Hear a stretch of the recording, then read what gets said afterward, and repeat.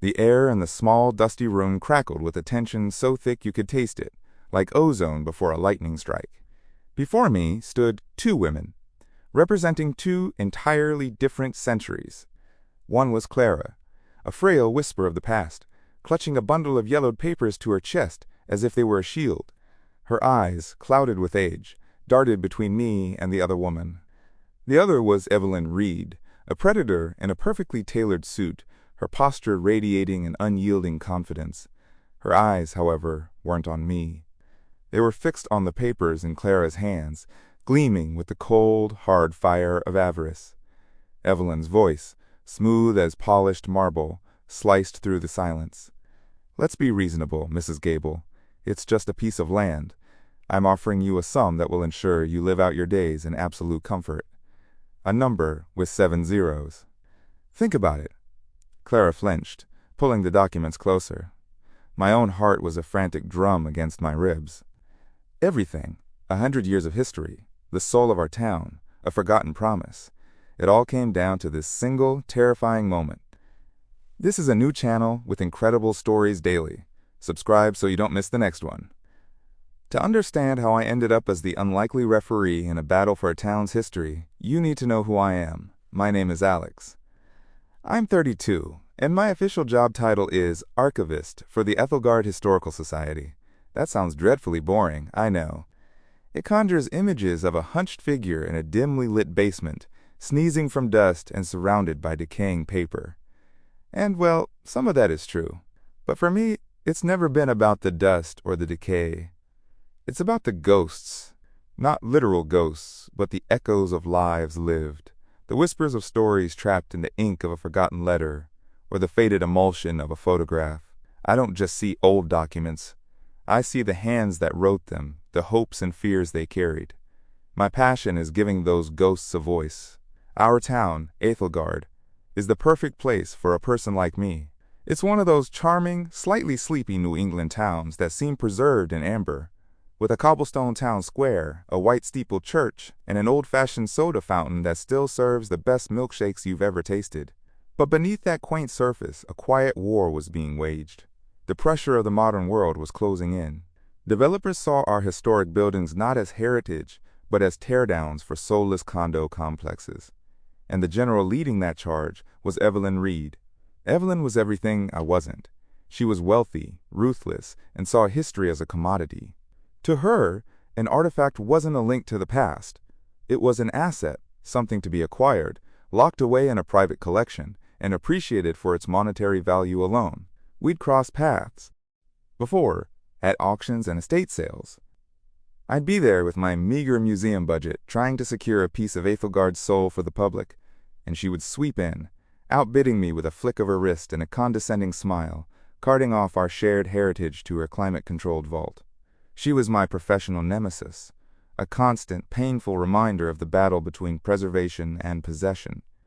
The object of our latest and most significant conflict was the Ethelgard time capsule.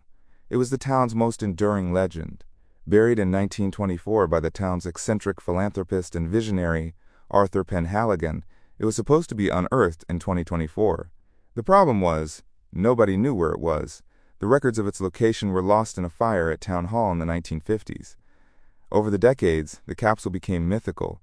Rumors swirled about its contents. Some said it held Penhaligon's personal fortune in gold coins. Others whispered it contained scandalous secrets about the town's founding families. But the most persistent rumor, the one that truly captivated me, was that it held the key to Ethelgard's future. No one knew what that meant, but it sounded profound, important. For years I had searched for any clue, any hint of its whereabouts, but came up with nothing. It was a ghost I couldn't hear. Then, one rainy Tuesday, everything changed. I was processing a donation from a family who was clearing out their great-aunt's attic. It was the usual collection of moth-eaten clothes, chipped china, and dusty books. I was about to pack it all away when my hand brushed against the underside of an old writing desk. I felt a slight ridge, a loose panel. My curiosity piqued. I worked my fingers into the gap and pried it open. Inside, nestled in a small, hidden compartment, was a slim, leather-bound journal. The leather was cracked and dry, the air inside smelling of vanilla and thyme. On the first page, in elegant, faded calligraphy, were the words, "The Private Musings of Arthur Penhaligon." My breath caught in my throat. This was it. This was the breakthrough I had dreamed of. I felt a tremor of excitement, the kind that only a historian can understand, the feeling of reaching across a century and touching the hand of the person who came before. I took the journal home, handling it as if it were the Dead Sea Scrolls. I didn't want Evelyn or anyone else to know about it, not yet. That night, under the warm glow of my desk lamp, I opened it.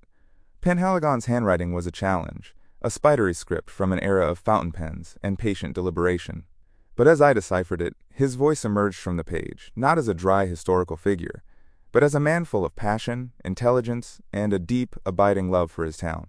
He wrote about his dreams for Ethelgard, his fears of unchecked industrialization, and his belief that a community's soul was in its shared spaces and stories. And then, I found the first entry about the time capsule. "They believe I am bearing trinkets," he wrote. "Let them. They seek a treasure of gold, but I have left them a treasure of spirit.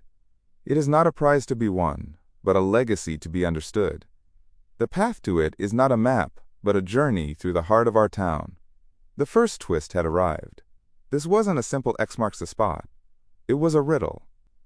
The first clue was subtle, woven into a passage about his love for learning. "My first offering is laid where knowledge sleeps, but is never truly at rest, under the watchful, silent gaze of the one who knows all our stories." It had to be the Ethelgard Public Library, specifically the old non-fiction wing, presided over by a stern, life-size marble bust of the town's first librarian, Beatrice Miller, the one who knows all our stories. The next day, I went to the library, the journal tucked safely in my bag. The air inside was thick with the scent of old paper and floor polish. I navigated the labyrinth of shelves to the back wing. There, on her pedestal, was Beatrice, her marble eyes seeming to follow me. The clue felt tantalizingly close. I started scanning the shelves around the bust. History, philosophy, science. What kind of book would a man like Penhaligon choose? I thought about his character, his love for both the practical and the poetic. Then my eyes landed on a worn, leather-bound copy of Leaves of Grass by Walt Whitman, a poet who celebrated the common person and the interconnectedness of life. It felt right. I pulled the book from the shelf. It was heavier than it should have been. My fingers trembled as I opened it. The center had been hollowed out, and inside, nestled in the cavity, was not a key or a map, but a single, intricately folded piece of paper. As I carefully unfolded it, the library's main door chimed. I looked up and my blood ran cold. It was Evelyn Reed. She strolled in, her sharp eyes scanning the room as if she owned it. She must have been tracking the same donation records as me. I quickly pocketed the paper, slid the book back onto the shelf, and tried to look as casual as possible, my heart hammering against my ribs. She gave me a slow, knowing smile. "Looking for something, Alex? Don't waste your time. Whatever trinkets that old fool buried, I'll find them, and I'll pay handsomely for them." She walked away, leaving me shaken. The game was afoot, and I was no longer the only player. The paper I'd found contained the next riddle. It was a drawing of a complex series of gears and cogs, and below it, the words, "Where the town's heart beats in time for all to hear, but only the patient may learn its secrets." The clock tower. The grand, slightly imposing clock tower in the center of the town square. It was the heartbeat of Ethelgard, its chimes marking the passage of our days for over a century. The tower was usually closed to the public, but as the town archivist, I had a key. The next morning, at dawn, I let myself in. The air inside was cool and smelled of stone and oil. I climbed the winding, narrow, spiral staircase, my footsteps echoing in the cavernous space. The climb was dizzying, dust motes dancing in the thin shafts of light piercing through the narrow windows. Finally, I reached the top, stepping into the clockwork room. It was a breathtaking sight, a colossal, beautiful machine of brass and iron gears, ticking and whirring with a life of its own. It was a masterpiece of Victorian engineering. I spent the next hour carefully examining the mechanism, cross-referencing it with the drawing from the library book. And there it was, scratched delicately onto the back of the largest gear, almost invisible unless you knew exactly where to look, was a single phrase. "The final act is played where 1,000 lives flicker under a painted sky." The old Grand Majestic Theater. It had been the cultural heart of Ethelgard for 50 years before it closed down, unable to compete with multiplexes. Now it stood silent and boarded up at the end of Main Street, a beautiful, decaying ghost. I felt a knot of anxiety tighten in my stomach. Evelyn was smart, and she had resources I could only dream of. I was just one guy with a dusty old book. I had to ask myself if I was in over my head. What would you have done in my place? Would you have given up or pushed forward, knowing the risks? Let me know in the comments. I knew I couldn't stop. This was more than a treasure hunt now. It was a responsibility. Getting into the theater was harder. The doors were chained shut. I had to pry open a boarded-up window in the back alley and slip inside. The moment I dropped onto the dusty floor, I was hit by a wave of profound nostalgia and sadness. The air was heavy with the smell of decay, velvet, and faint ghostly perfume. Moonlight streamed through a grime-covered skylight, illuminating the vast, empty auditorium. Rows of seats, covered in white cloths, looked like a congregation of phantoms. On the stage, the massive, painted safety curtain depicted a romantic scene of a celestial sky with cherubs and clouds, the painted sky from The Clue. I made my way backstage, my flashlight beam cutting through the oppressive darkness. It was a maze of ropes, sandbags, and forgotten props. I searched for what felt like hours, my hope beginning to wane. This place was huge, chaotic. The clue was too vague. I was about to give up when my light caught something on the old brick wall of the stage house, a single brick that was a slightly different color. My heart leaped. I pressed on it. It was loose.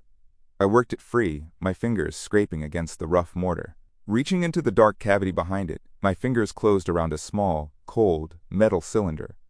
I hurried back to my office, the cylinder clutched in my hand.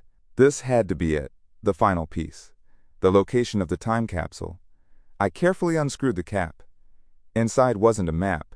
It was another tightly rolled piece of paper, but this one was different. It wasn't a riddle. It was a birth certificate, dated 1938, and a name, Clara Penhaligon Gable. My mind reeled. Penhaligon? I checked the genealogy records. Arthur Penhaligon had a son, who had a daughter, Clara. She was his last living descendant. My first reaction was disappointment. A crushing, bewildering disappointment. There was no treasure map? No key? Just a person? I slumped back in my chair, the emotional high of the chase completely gone. It felt like a dead end. But then, as I stared at the birth certificate, Arthur's words from his journal echoed in my mind. It is not a prize to be won, but a legacy to be understood. The time capsule wasn't a box of things. It was a person. The legacy wasn't buried in the ground. It was carried in the bloodline. The treasure was the story itself, passed down from one generation to the next. It was an emotional gut punch, a complete reframing of everything I thought I was looking for. Hope, a different kind of hope, began to bloom in my chest. Finding Clara Gable wasn't difficult. She was listed in the phone book, living in a small cottage on the edge of town, right next to Penhaligon Park, a beautiful stretch of woodland and meadows that Arthur Penhaligon had donated to the town for public use. It was also, coincidentally, the very piece of land that Evelyn Reed's development company was currently trying to seize through a series of legal loopholes to build luxury condos. The connection clicked into place with an almost audible snap.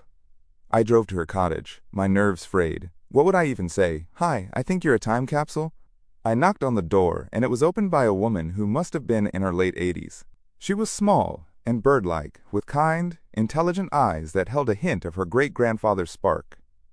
Mrs. Gable? I asked. My name is Alex, from the Historical Society. I believe you have something that belongs to the town. Her expression didn't change. She just nodded slowly and said, I've been waiting for you. Please, come in. Her home was like a museum of a life well lived. Every surface was covered with photographs, books, and keepsakes. She led me to a small sitting room and gestured for me to take a seat. My great-grandfather, she began, her voice a soft, melodic rustle, told my father that one day someone who truly understood his work would follow the path he laid out. Not someone looking for gold, but someone looking for the story. He left instructions that the true capsule was to be given to that person. She then went to an old wooden chest in the corner and pulled out a worn leather portfolio. This was the, quote, bundle of yellowed papers I would later see her clutching so desperately. This is it, she said, the Ethelgard time capsule. She opened it on the coffee table between us. It wasn't full of secrets or scandals. It was full of Penhaligon's plans, his letters, his philosophy of community. And at the very bottom there was one more document. The original ironclad deed for Penhaligon Park, with a covenant written by Arthur himself, stating that the land was to be held in trust for the perpetual use and enjoyment of the people of Ethelgard, never to be sold or developed. This was it. This was the key to Ethelgard's future. It was the legal document that could stop Evelyn Reed and save the park forever. We were both staring at it, a shared look of awe on our faces, when there was a sharp, confident knock on the door. Clara looked at me, a flicker of fear in her eyes. Before either of us could move, the door opened, and Evelyn Reed stepped inside, a chillingly polite smile on her face.